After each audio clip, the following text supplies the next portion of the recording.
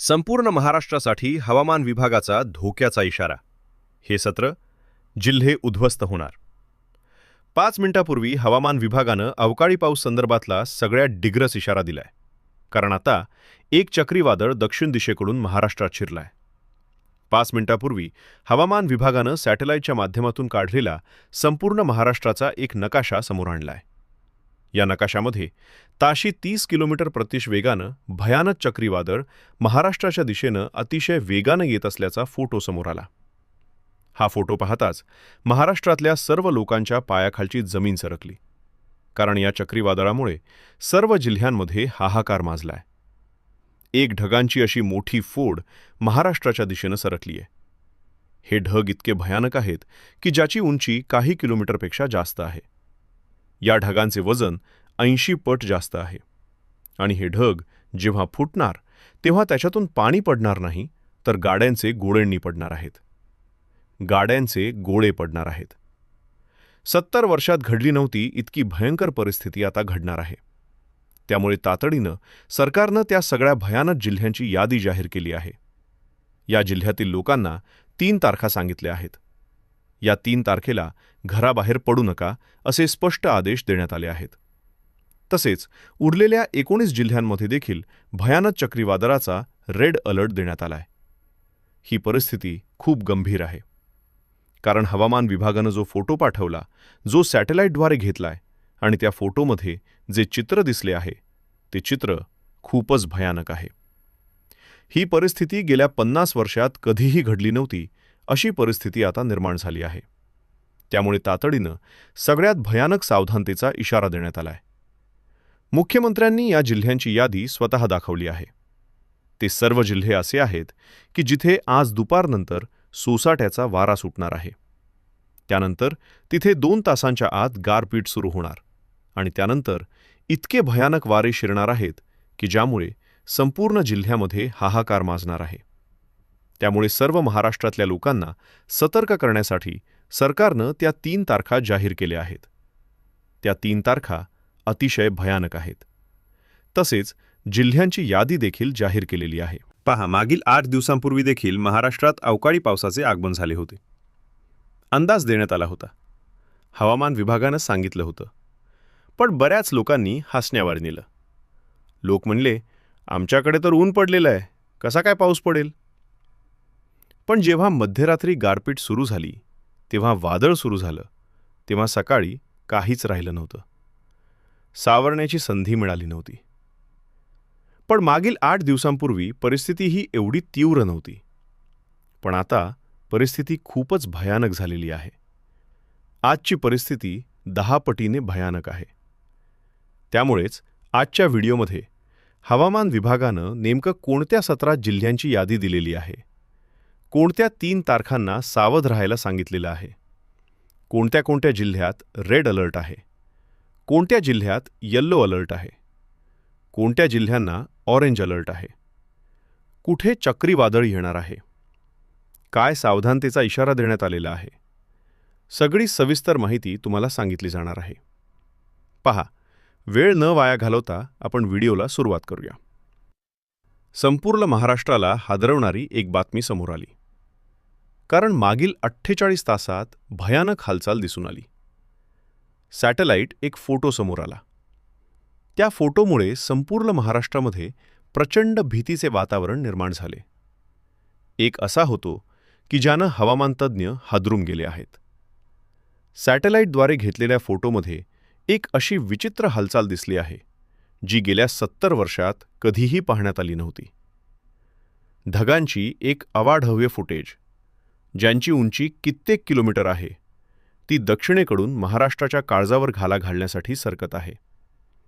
हे ढग इतके जड आहेत की जेव्हा हे फुटतील तेव्हा पाण्याचे थेंब नाही तर बर्फाचे मोठमोठाले गोळे पडतील. ज्यांना वाटतंय की बाहेर तर कडक ऊन आहे, आम्हाला काय होणार, त्यांनी लक्षात ठेवा, हेच ते वादळापूर्वीची शांतता आहे. अरबी समुद्राचा रंग अचानक काळाभोर झालाय आणि तिथून उठणाऱ्या वायूच्या डोंगरांना हिमालयाची थंड हवा धडकली आहे. ही धडक ज्या सातारा जिल्ह्यात होणार आहे, तिथे अक्षरशः ढगफुटीपेक्षाही भयानक दृश्य पाहायला मिळेल. कोणत्या जिल्ह्यांमध्ये चक्रीवादळ येणार? कोणत्या जिल्ह्यात रस्ते वाहून जाणार?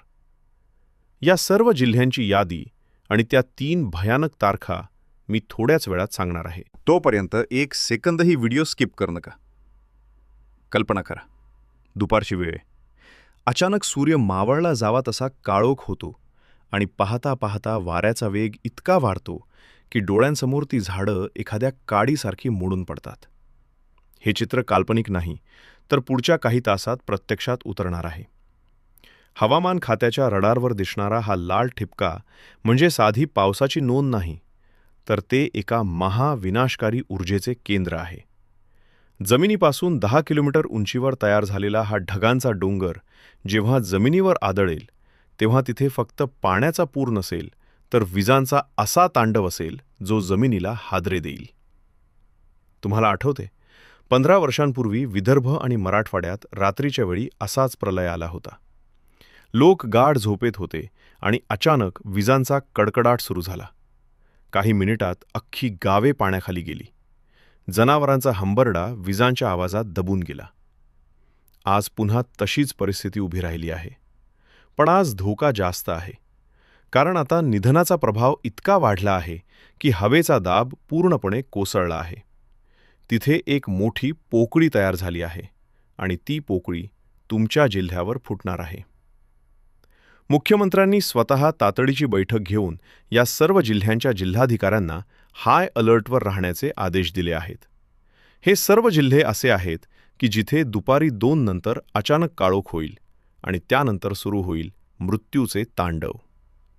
ताशी 100 ते 80 किलोमीटर वेगाने वाहणारे वारे घरांची छप्पर उडवून नेतील. विजेचे खांब मुळासकट उपटून टाकतील. 30 मार्च, 31 मार्च आणि एप्रिल या 3 तारखा आहेत का, ज्या दिवशी सरकारने घराबाहेर न पडण्याचे आदेश दिले आहेत. या तारखांचा नेमका प्लॅन काय आहे ते जाणून घेण्यासाठी व्हिडिओ पाहत रहा. विज्ञानाच्या भाषेत सांगायचे तर सध्याची सॅटेलाइट इमेज सांगते की महाराष्ट्रावर ढगांचा एक असा वेढा पडलाय ज्याला सुपर सेल म्हणतात. हा सुपर सेल जेव्हा सक्रिय होतो तेव्हा तो वाटेत येईल. त्या प्रत्येक गोष्टीचा चक्काचूर करतो. मागील आठवड्यात नाशिक आणि नागपूरमध्ये जे झालं तो तर फक्त ट्रेलर होता. खरा सिनेमा आता सुरू होणार आहे. शेतकऱ्यांनी रक्ताचं पाणी करून पिकवलेले पीक मातीमोल होणार आहे. जर तुम्ही आता सावध झाला नाहीत तर तुमचं आर्थिक आणि शारीरिक नुकसान कोणीही रोखू शकणार नाही. या वादळाची तीव्रता इतकी भीषण आहे की हवेतील आर्द्रता आणि उष्णता मिळून एक थंडर स्टेम सेल तयार झालाय. हा सेल एकदा जमिनीला स्पर्श झाला की पुढचे 6 ते 8 तास तिथे निसर्गाचे रौद्र रूप पाहायला मिळेल. घराबाहेर उभ्या असलेल्या गाड्या पत्त्याच्या बंगल्यासारख्या उडून जाऊ शकतात. वीज पडण्याचे प्रमाण या 3 दिवसात इतके जास्त असेल की प्रत्येक सेकंदाला आभाळ फाटल्यासारखा आवाज येईल. हे केवळ पाऊस पडणार नाही, तर हे निसर्गाचं क्रूर हसणं आहे जे आपल्या बेसावधपणावर वार करायला टपकलं आहे. आत्ताच्या टेक्नॉलॉजीचा वापर करून आम्ही तुम्हाला हे आधीच सांगत आहोत. गुगल मॅप आणि ॲक्शननुसार ढगांची ही घनता महाराष्ट्राच्या मध्यभागात सर्वात जास्त आहे. याचा अर्थ असा की मराठवाडा आणि विदर्भाच्या सीमावर्ती भागात सर्वात जास्त हाहाकार उडणार आहे. काही ठिकाणी तर जमिनीला भेगा पडतील इतका दाब निर्माण झाला आहे. कोणत्या जिल्ह्यामध्ये गारांचा पाऊस पडणार आणि कुठे चक्रीवादळ धडकणार या यादीत तुमच्या जिल्ह्याचे नाव पहिल्या क्रमांकावर तर नाही ना? जिल्ह्यांची यादी आता सुरू होत आहे. ही परिस्थिती केवळ नैसर्गिक नाही, तर ती एका महाप्रलयाची नांदी आहे. जुन्या काळात लोक म्हणायचे की जेव्हा निसर्ग कोप होतो तेव्हा कोणाचेही ऐकत नाही. आज अगदी तसंच घडताना दिसतंय. मोबाईलवर मेसेज येत आहेत. न्यूज चॅनलवर इशारे दिले जात आहेत. तरीही काही लोक गाफील आहेत.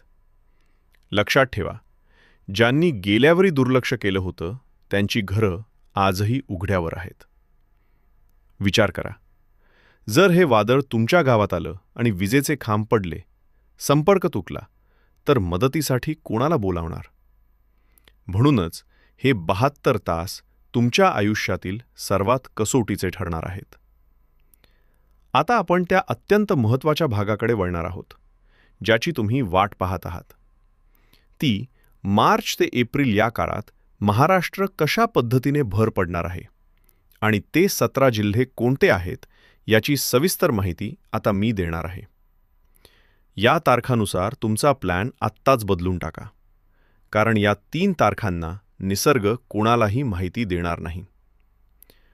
30 मार्च, 22 मार्च आणि एप्रिल या 3 तारखांना अजिबात घराबाहेर पडू नका असे सक्त आदेश दिले गेले आहेत.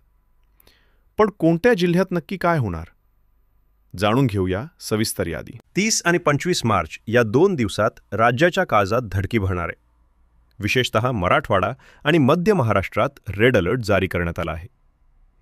मराठवाड्यातील छत्रपती संभाजीनगर, जालना, बीड, धाराशिव, लातूर, परभणी, हिंगोली आणि नांदेड या जिल्ह्यांमध्ये ताशी 30 किलोमीटर वेगाने वादळ आणि मोठ्या गारा पडतील.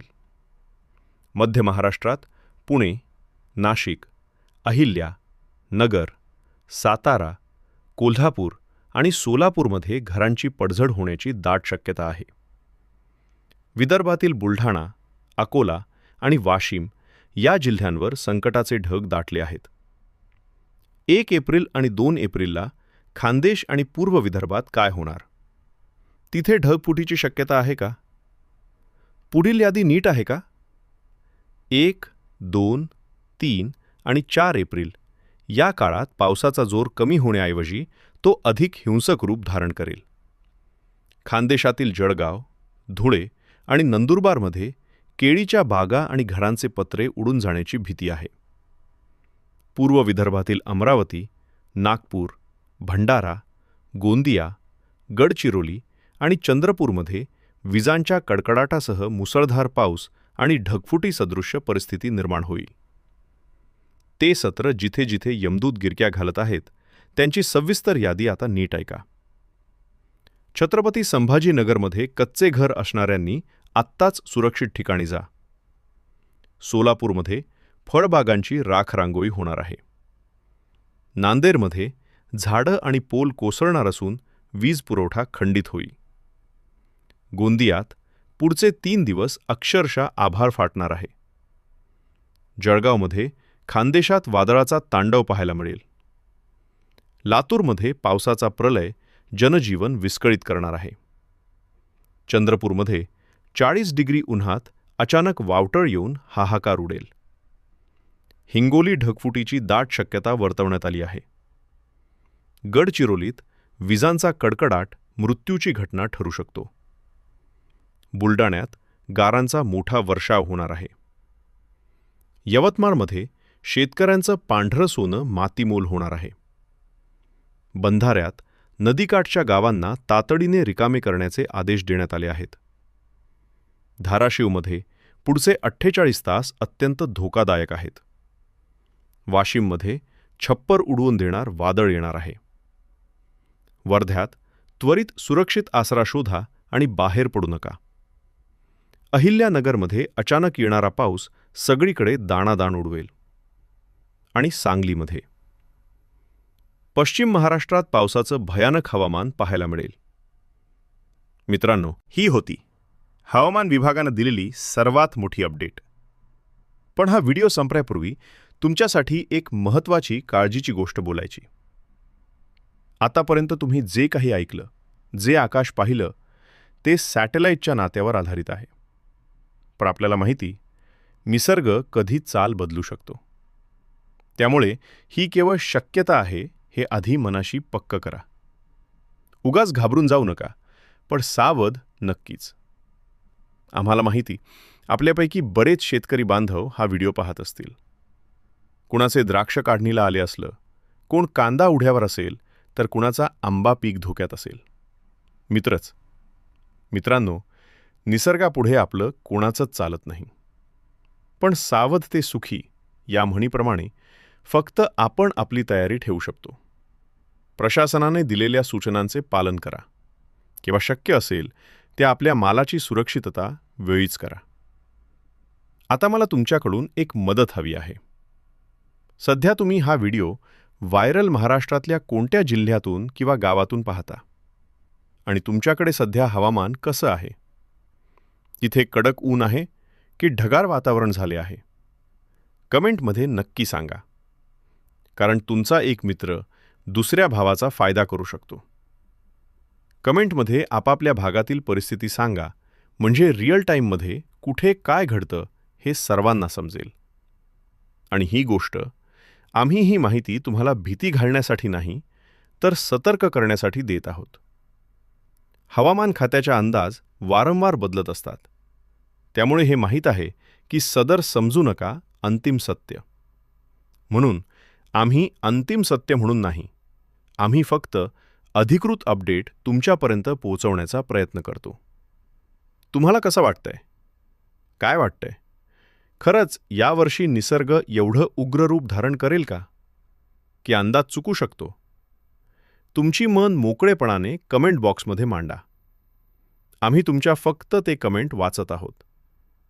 जाता जाता एवढंच सांगेन, स्वतःची आणि आपल्या मुक्या प्राण्यांची काळजी घ्या. जर तुम्हाला वाटत असेल की माहिती महत्त्वाची आहे, तर फक्त स्वतःपुरते न ठेवता तुमच्या व्हॉट्सअप ग्रुपवर आणि तुमच्या शेतकरी मित्र नातेवाईकांना तर शेअर करा. तुमचा एक शेअर कुणाचं नुकसान होण्यापूर्वीपासून वाचू शकतो. चला तर मग, भेटूया पुढच्या 2021 मध्ये. तोपर्यंत सावध रहा, सुरक्षित रहा आणि निसर्गाची साथ द्या. धन्यवाद.